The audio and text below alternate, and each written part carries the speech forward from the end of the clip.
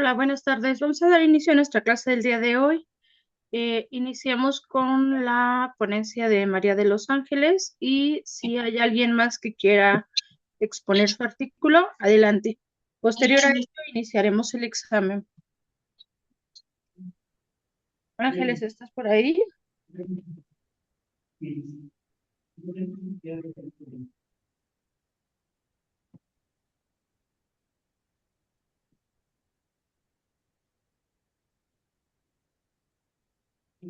Maestra, yo le había comentado también de exponer.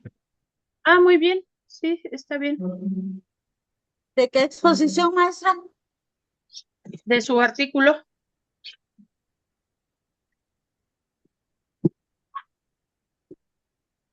El artículo de la teratogénesis, Ajá, de los teratógenos. pero ese ya se lo di la clase pasada. ¿Ya? Entonces, ¿quién me había pedido, aparte de... yo me quedé con que era Ángeles, pero ¿quién era quien No, me había maestra, yo pedido? se lo di la clase pasada. Ah, ok, ok, ok. Creo que fui yo, maestra, la que le pidió. Ah, Guadalupe. Sí, Guadalupe, por favor.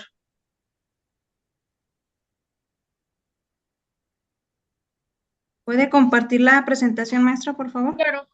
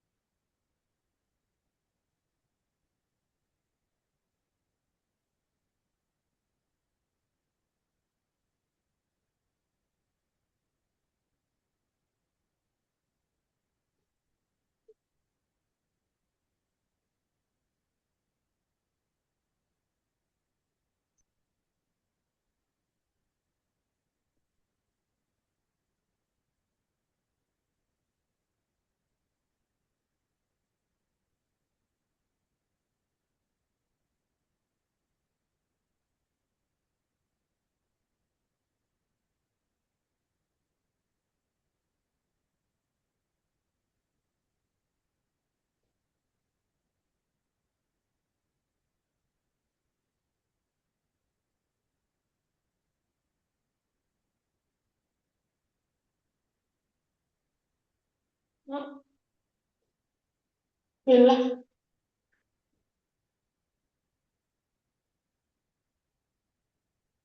No te lo puedo ver. Que no. ¿Qué te sirve algo? ¿Quieres? Pues no. ¿Por qué? Para buscar, ni modo. ¿Por qué? Muchas cosas. ¿Tienes la computadora? No, porque me parece la cosa que no quiero. ¿Y qué pasó con la señora? No, pero tiene cuatro.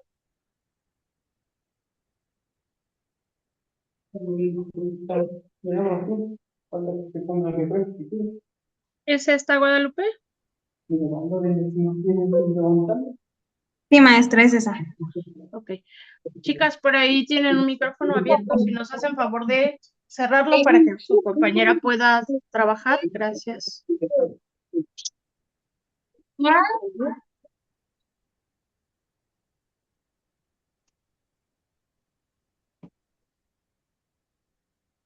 Mira, no tiene por qué ser así.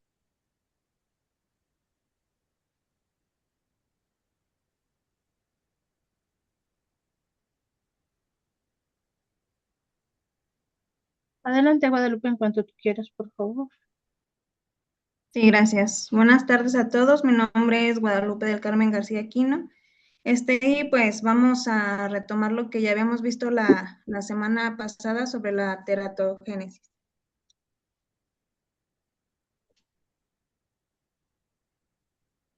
¿Me puede dar a la siguiente, maestra, por favor?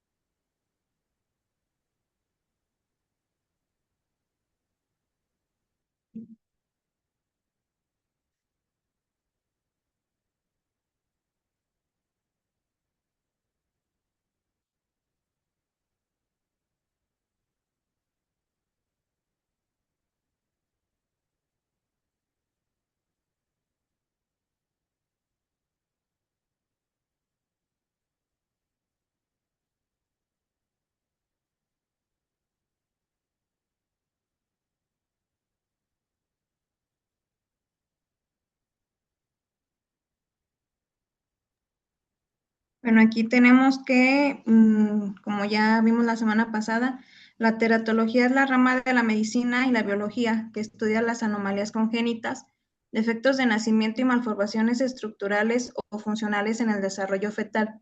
Analiza los mecanismos biológicos y causas, a menudo producidos por agentes ambientales, que son los teratógenos, durante el embarazo. Se estima que entre el 2% y 3% de los recién nacidos presentan anomalías estructurales graves, cifra que aumenta hasta el 6% en niños de 5 años.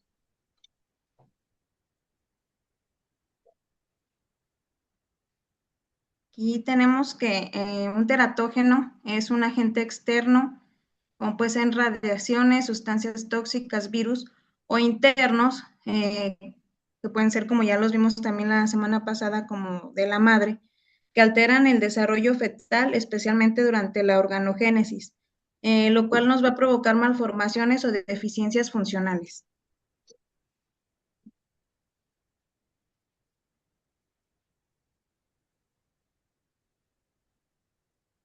El 47% de los defectos congénitos son de origen desconocido, el 25% son a causas de genética, otro 25% es multifactorial y solo un 3% se atribuye directamente a agentes externos, que son físicos, los químicos y biológicos. Pues hasta mediados del siglo XX se creía que estos defectos eran solo por herencia. Ay, maestra, ¿le puede subir un poquito? Gracias. Algunos eventos como algunas epidemias de rubiola y el caso de la talidomida demostraron que los factores ambientales y los medicamentos causan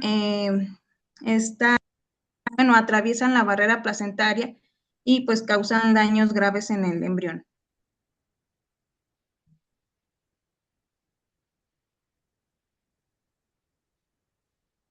Tenemos que en países desarrollados y en Cuba, las malformaciones son de las principales causas de mortalidad infantil.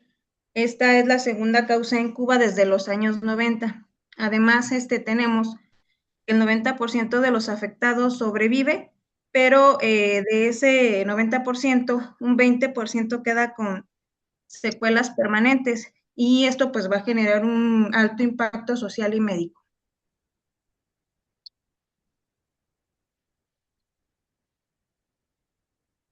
Bueno, yo mi investigación, bueno, el artículo que consulté, me basé en los teratógenos químicos, que pues como mecanismo de daño tenemos que son sustancias como medicamentos, drogas, alcohol, que interfieren en procesos vitales como la división celular y el aporte de energía al feto.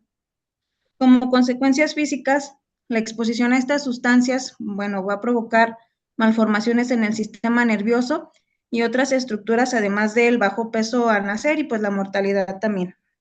Como factores de riesgo, pues tenemos el uso de fármacos, anticonvulsivantes, psicoactivos, el consumo de tabaco, alcohol, el contacto con agroquímicos, infecciones virales como el Zika y la rubiola.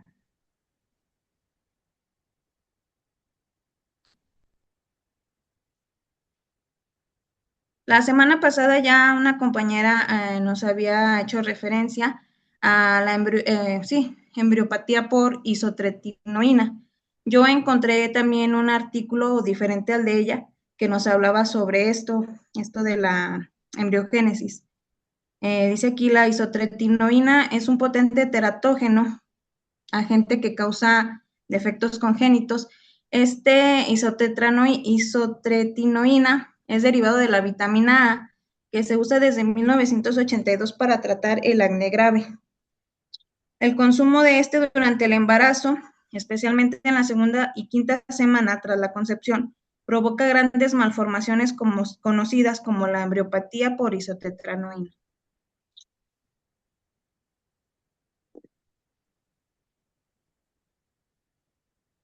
Lo cual nos va a provocar un 40% de abortos espontáneos y un 35% de malformaciones congénitas, si hay exposición después de la segunda semana de concepción. Este fármaco nos va a provocar la muerte celular en las células de la cresta neural, afectando el desarrollo del feto.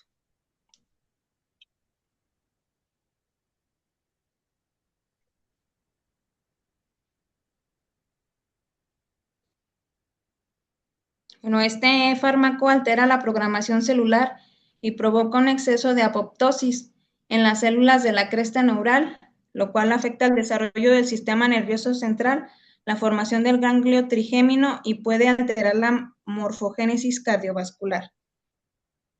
Tenemos como riesgos y consecuencias, además de las malformaciones físicas y funcionales, se ha documentado un caso de neuroblastoma congénita, lo cual está asociado a esto mismo.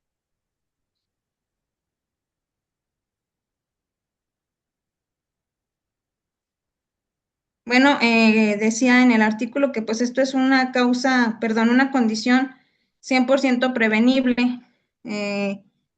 Existen protocolos, IPLET o normativas de ANMAN, las cuales mencionan que pues se debe de usar al menos 2 métodos anticonceptivos un mes antes, durante y un mes después de que se utilice este tratamiento. Se deben de realizar pruebas de embarazo mensuales y pues al usarlo se debe de firmar su consentimiento totalmente detallado sobre las consecuencias que trae el uso.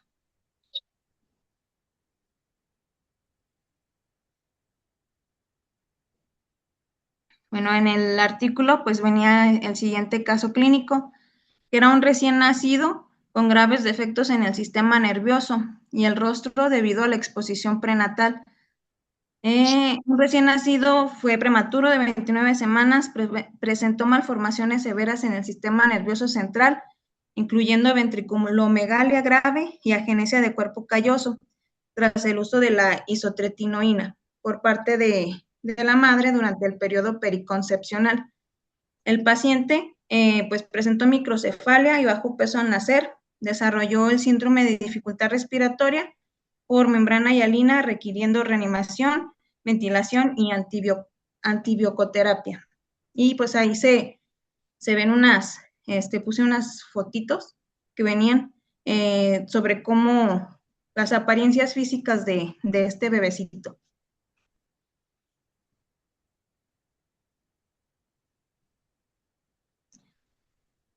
Este pequeñito pues tuvo sus malformaciones craniofaciales, microcefalia, la frente prominente, los ojos muy separados, puente nasal hundido, mandíbula pequeña, orejas pequeñas y deformes y de implantación baja. Como alteraciones internas en el cerebro, hidrocefalia y ausencia total de la estructura que conecta los hemisferios. Y en la piel, bueno, excesivamente delgada y transparente, el riñón con dilatación.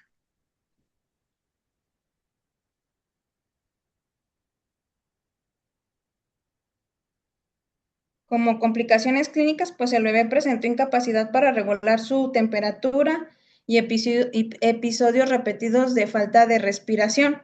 El paciente presentó malformaciones graves y pues falleció en el periodo neonatal.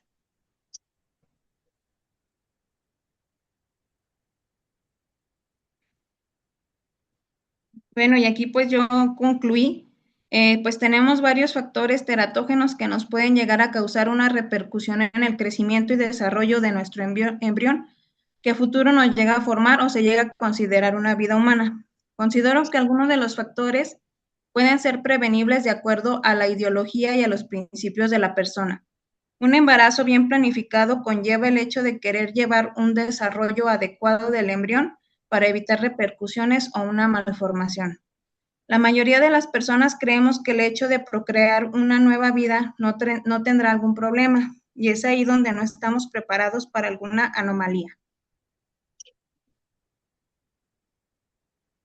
Y pues aquí viene la bibliografía.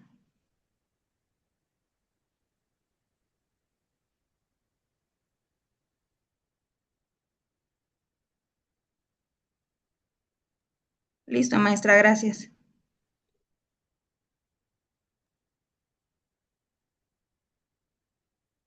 Muy bien, Guadalupe, muy buen trabajo. Gracias. ¿Alguien más quiere presentar de las personas que hagan falta? de presentar su artículo.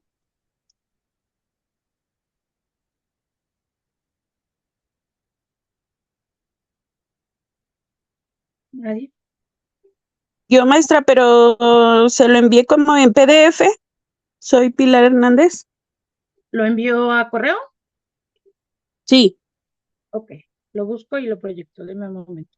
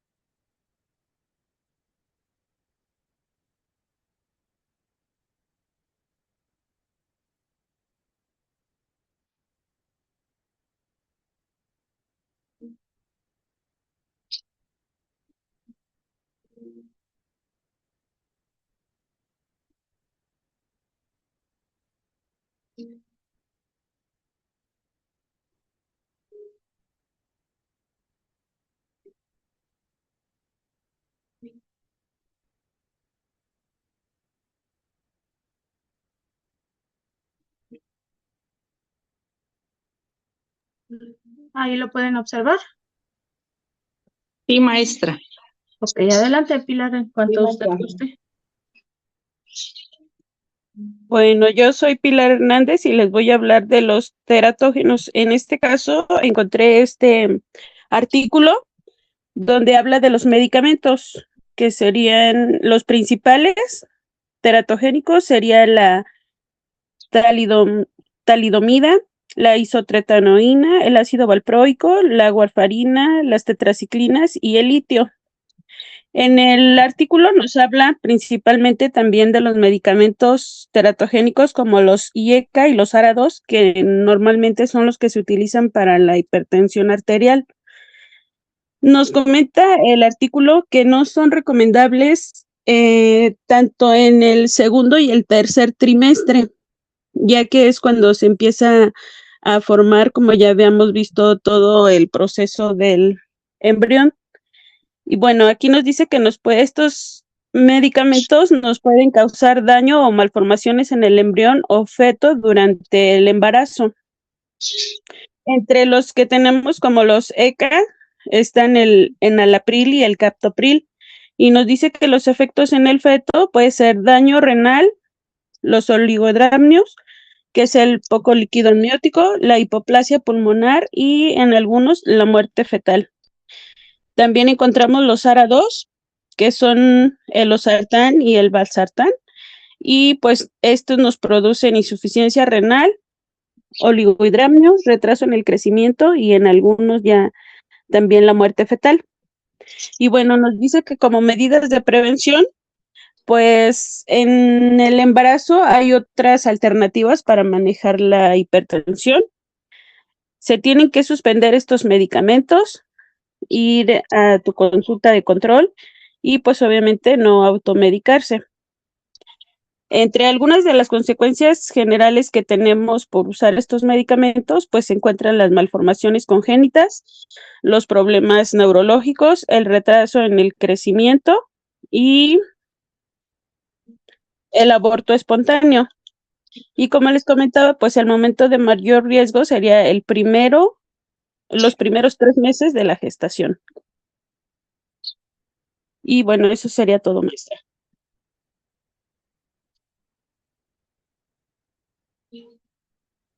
Y esa es la cita del documento que yo consulté.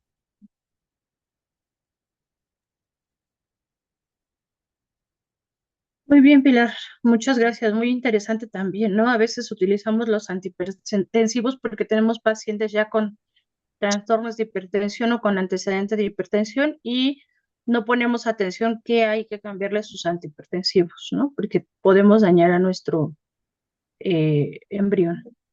Muchas gracias, Pili. Y ya nos dijiste que son bastante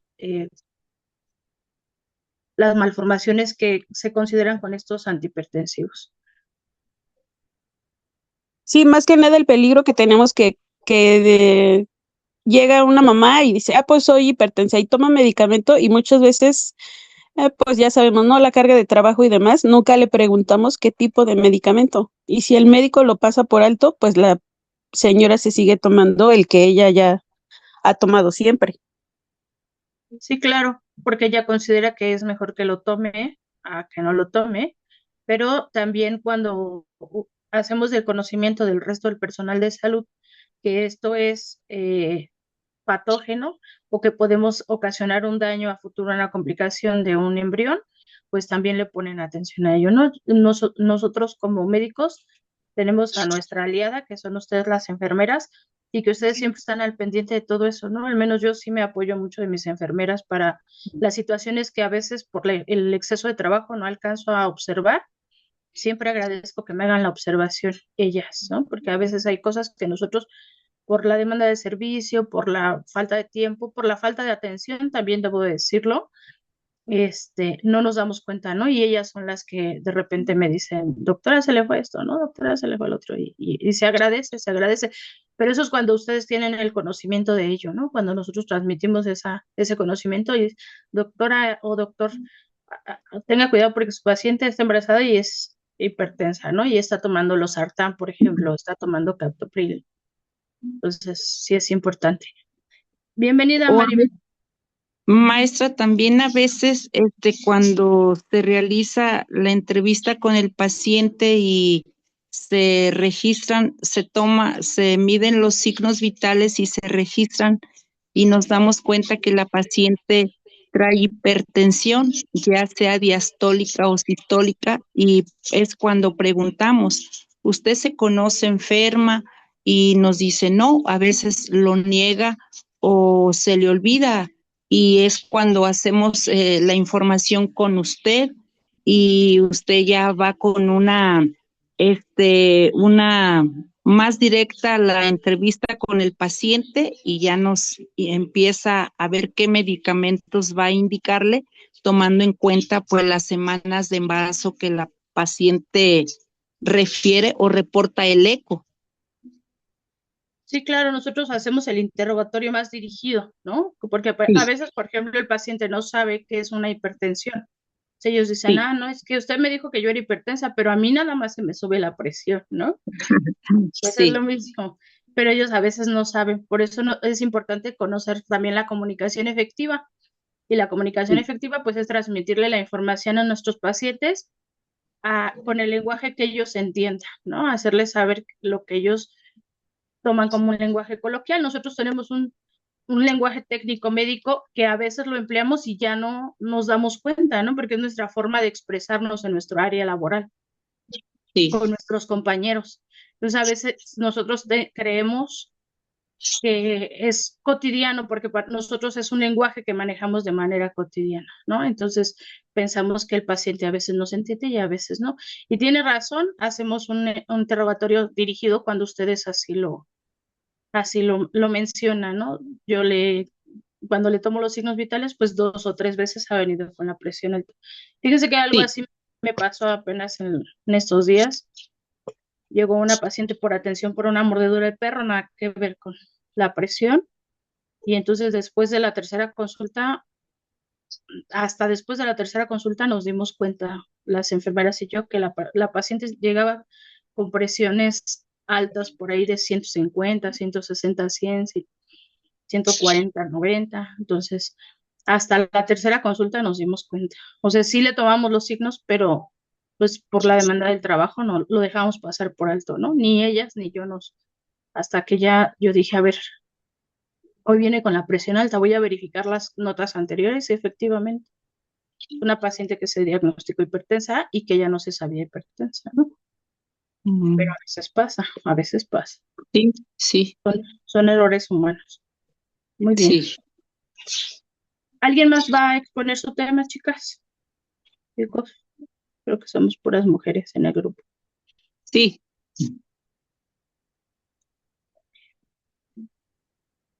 Creo que ya nadie, ¿verdad?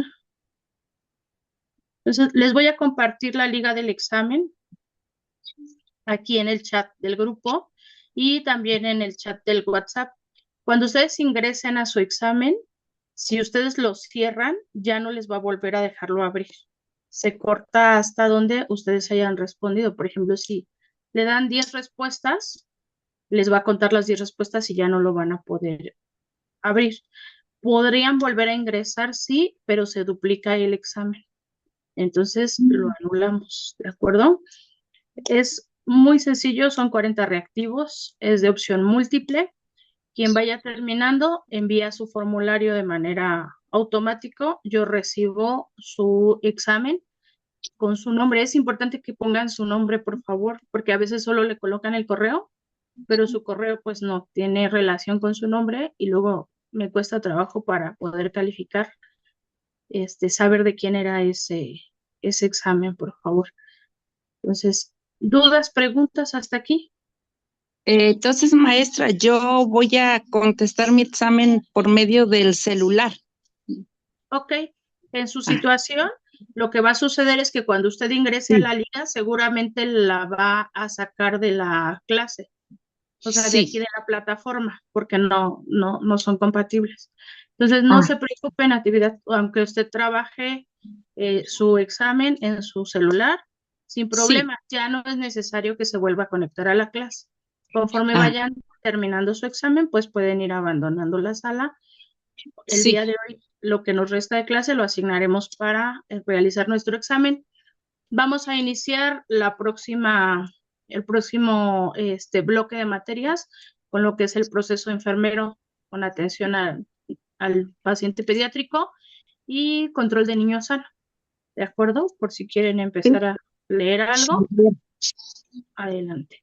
Entonces, les voy a compartir la liga y ya les digo que quien vaya a responder con dispositivo electrónico como un celular o una tablet, los va a sacar de la clase. Dígame, Verónica. Maestra, yo también voy a hacerlo en el examen en celular. En ese caso que dice que si se nos llega a cerrar el examen, ¿cómo se va a hacer? Que dice, como dijo, que se duplicaba. No, o sea, usted desde que inicia su examen tiene que terminar. Lo que Pero en sucede caso de que se me cierre o X. Ya no pueden ingresar de nuevo, pero no, el examen no se cierra, a menos que usted lo cierre. Por ejemplo, que se quede sin pila o que se salga del examen o le ponga a enviar, solo así se cierra el examen, pero les pide que, que confirmen que están abandonando la sesión. Ok. Lo que sí, Verónica, es que la va a sacar de sesión de clase. Ajá. Cuando inicie el examen, la va a sacar de la plataforma de clase. Ok. Porque no son compatibles. No se preocupen, no necesita estar en clase para poder contestar el examen. Yo puedo ver mediante el examen que está contestando su examen. Ok. Y, Sí, maestra, ¿y se lo tenemos que enviar por WhatsApp o ya sí queda? No es necesario que me envíen evidencia, les digo que llega de manera automática sus respuestas y su nombre. Lo que sí les pido que pongan bien su nombre, por favor. Sí, nos dijo que la próxima clase es proceso enfermero. ¿Y cuál es el siguiente tema, maestra? Control de niños sano. Gracias. Control. Tarde.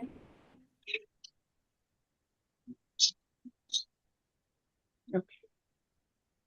¿Alguien más tiene dudas, preguntas? Yo, maestra, buenas tardes.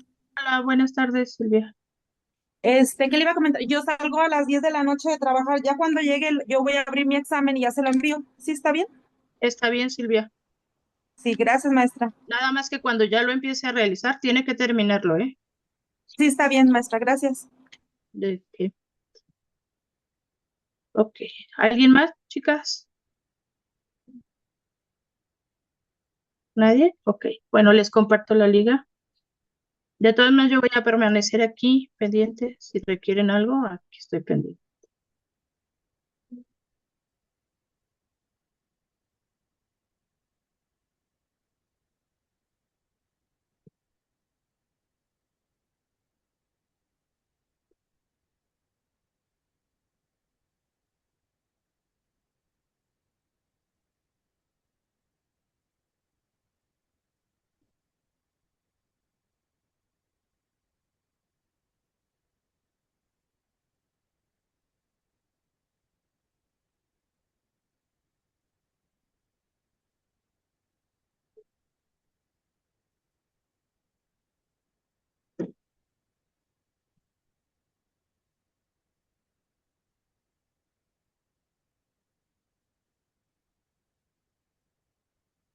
Listo, ya está en el chat de aquí del grupo, de la plataforma de clase y también está en el chat de WhatsApp. Sí, Silvia.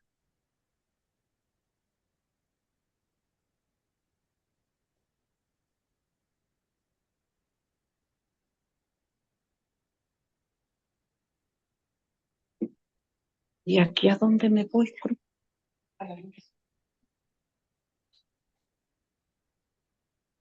Pero mira.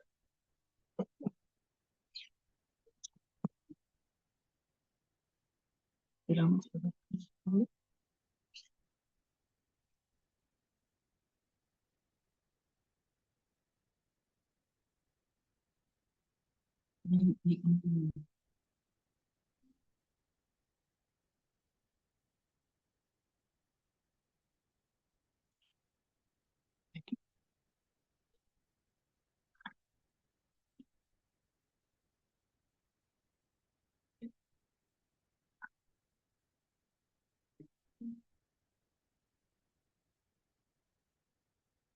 Es que están unirse a adaptar la actividad. Dijo que si vas a salir, te ibas a quedar en automático. Ajá.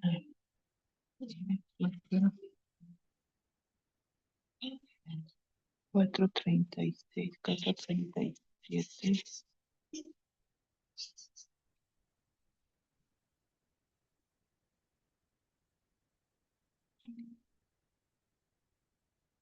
Evaluación vida.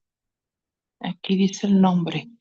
Y luego las respuestas. Fíjate bien, ¿eh? ¿Dónde le voy a escribir? Espérame. Aquí está. Nombre.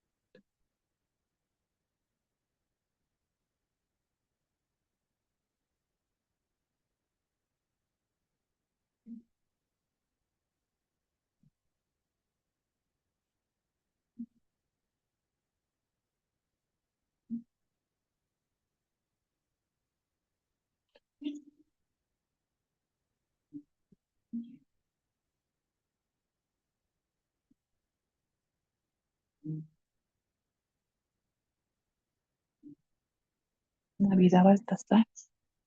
Navidad Baltasar. Arroba. ¿Dónde está ya? Y aquí te dice selecciona una respuesta. Y aquí ya empieza, evidente. Ya empiezo la primera. Sí, ya. Ah, bueno, y así le voy subiendo.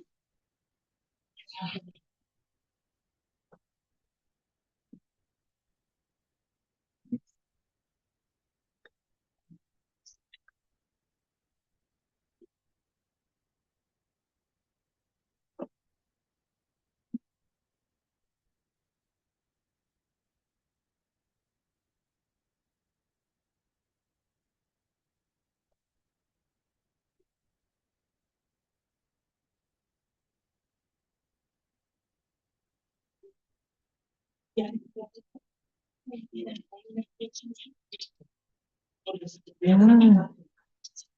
Dios de mi vida, ya. ¿Cuál es la unidad básica de los seres vivos? Tejido.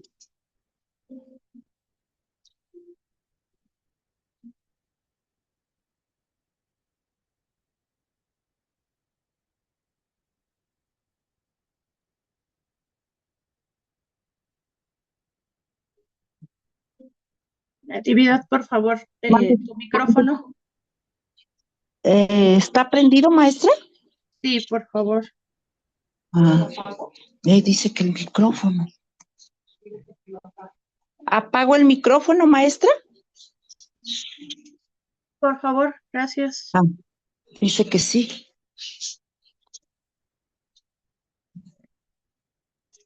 Ya contesté la primera. Ay, pero ¿y cómo le hago?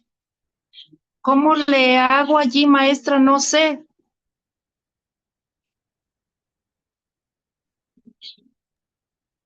En la región inferior de su sesión hay un micrófono y hay una cámara. Le presiona sobre el micrófono y lo va a inactivar. No me lo quería. Donde dice audio y video, le presiona en audio y se ¿No me pone sacará del examen, maestra? ¿Mande? ¿No me sacará del examen? No, no la saca del examen, no se preocupe. Gracias.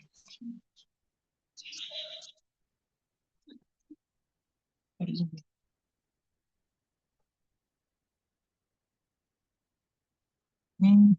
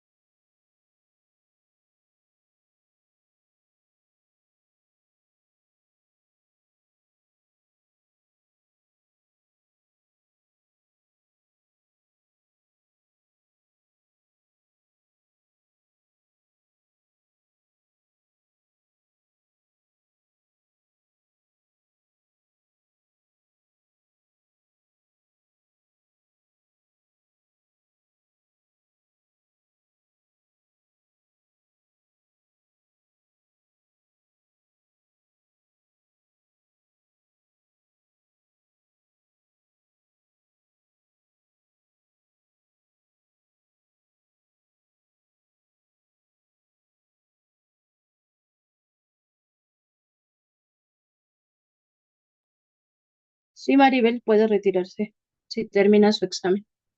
Nos vemos el próximo lunes.